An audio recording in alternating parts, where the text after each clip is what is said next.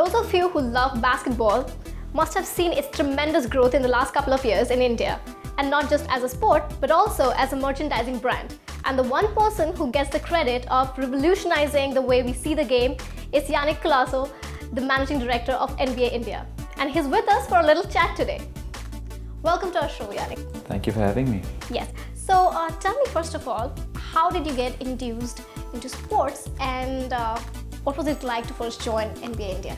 Yeah, I think sport, it's every sports fan's dream or passion to actually work in the field, right? So I think I've been very fortunate in that sense that right out of college I got an opportunity to work in sport in a company called IMG, and since then, 15 years later, that's all I've done. That's all I know. Worked in sports in India and in a few countries across the world, and it's a field that I really enjoy working in. So it's great to be working in something you're passionate about. Do you play the sport yourself? Do you play basketball? Yeah, I not as well or not as much as I would want to, but I still play once a week on weekends, and I still try to play a little bit of football. So you get to meet all the big stars in NBA and the excitement around the games and everything. What is it like?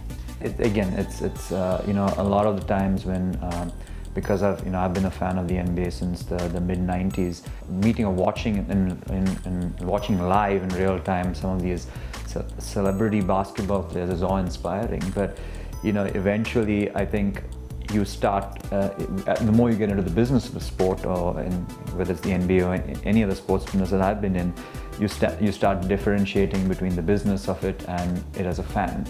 And then while working for the NBA and while I worked for other sports companies in the past before, your job is to make the fans' experience better. So it helps that you're a fan because you're passionate about the sport and you understand the perspective, but then you start looking at it from different perspectives and trying to get the fan experience improved.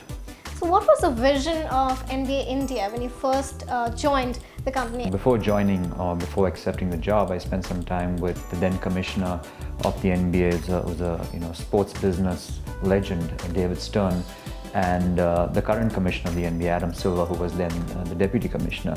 They told me about this vision that they had, how they wanted to grow the game of basketball from the bottom up and help build this entire culture and make an impact with the sport of basketball.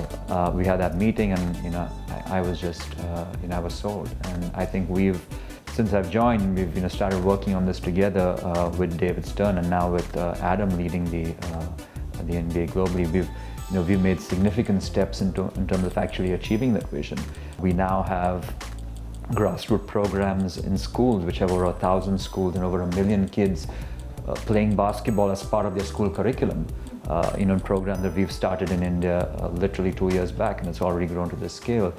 So I think we've done a lot to try and build on that vision, but I think there's still a long way to go, because what we want to do in the mid and long term is essentially compete and then build basketball primarily as the #2 sport in this country. Being in India, it's inevitable that another sport will be compared against cricket. Do you find that as a challenge? Yeah, that's not a problem. I mean, it's just that I worked in cricket before, and cricket is an integral part of every Indian's consumption, whether it's on television, whether it's radio, whether it's on newspapers, whether it's digital, doesn't matter. It's an integral part, and in my opinion, some people don't agree, but in my opinion, I think cricket will continue being the #1 sport in this country in the foreseeable future. I don't look at cricket as a challenge. I look at the cricket's continuous growth, especially in the short format, as actually a validation of what we are doing as the NBA. Because if you actually look at that's where we're targeted. We're targeted with youth in this country, and if you look at what youth in this country, the way youth is consuming cricket, they're consuming T20 cricket a lot more. I mean, Test cricket is no longer consumed by youth. Neither is one-day cricket for the most part. So and what stands out in T20, which is the format consumed by everyone through the IPL and similar products, it's short, fast-paced, it has the best athletes in the sport in the world, and it's lots of action, lots of entertainment, and that's exactly what the NBA has. It's the best athletes in the world in the NBA. It's fast-paced, there's lots of action events happening, and it all happens in about 2.5 hours. So we actually believe that the way the youth are consuming sport and the way they're appreciating and enjoying the IPL and T20 cricket is a clear indication that a sport like basketball and the NBA has tremendous potential in this country. We also keep hearing rumors that there's going to be a basketball league here in India, and it gets pitted against, there's IPL and there's ISL. So do we get to have basketball league sometime here? I understand that the Basketball Federation and their commercial partners have looked at starting a league in the country, and we're, as the NBA, anything that helps the game grow is something that we will support. So we will obviously look at any potential support, any potential opportunities around it. But it's up to them, because it's a partnership that they have and they want to implement. So we'd welcome anything that they add, whether it's a league, whether it's grassroots, whether it's more tournaments, which will help grow the game of basketball, and we'd be happy to support things like that. Sports merchandises are a hot seller. Have you been able to tap into that market in India? Yeah, I think we've looked at it as, so we've always had a lot of merchandise partners in India. Obviously, the fact that a lot of our teams, like the Lakers, Golden State Warriors, Cleveland Cavaliers, are all brand names, and a lot of our players, from LeBron James to Kobe Bryant to Stephen Curry, they're all brand names. We've obviously tried to provide access for more and more of our official products, whether it's merchandise, whether it's digital content, whether it's television content, to our fans. So we took a significant step in that by launching our own e-commerce store in India, nbastore.in, in partnership with one of the biggest lifestyle e-commerce ventures in India called Jabam. And we've seen tremendous uptake in terms of our product. As I said, in the last couple of months itself, we've delivered NBA stuff from NBA store to over 200 cities. So there's a lot of demand, there's a lot of, especially from youth across the country, and we're able to serve that a lot better with our e-commerce store. Besides that, we're already available in close to 300 Adidas stores, retail brick and mortar stores across the country. Our official partners, official ball partner, Spalding, is already distributed around the country. Take-Two, which does NBA 2K video games, is distributed in the country. We have a partnership with Samsonite for NBA branded bags. We have a partnership with New Horizon for NBA branded socks. So there's obviously a lot of partners, very prominent partners in the market who we're working with, and for us it's not just the the products which are important, it's also the partners and the ability to get this high quality product to our fans, because in the end it does represent what we represent, which is high quality.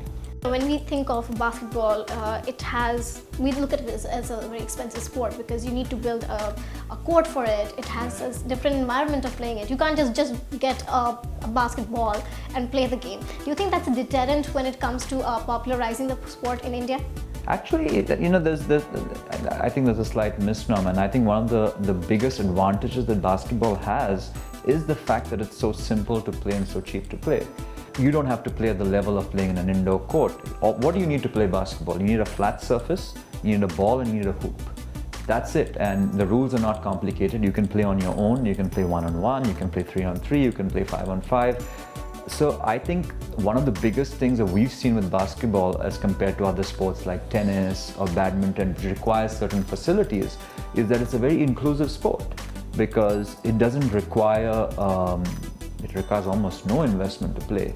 And because of its inclusive nature, it doesn't matter your socioeconomic background, it doesn't matter whether you're a boy or a girl, it feels well to play to various forms of, and we've seen that as actually a very positive for us, because especially with the number of girls we see playing basketball in a lot of our youth programs. What about the people who want to take it up as a profession? So what we're trying to do with all stakeholders is essentially do what every sport should have to be successful.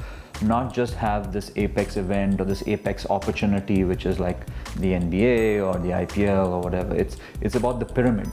It's about having this strong, very strong foundation of grassroots programs which give kids the opportunity to play the game of basketball and proper training through properly trained coaches. Then there's a second level where they can actually develop their talent, and then there are certain other levels which give them a pathway to, as you rightly said, professional success in the sport. So we are currently working on partnerships to get those other levels in the pyramid.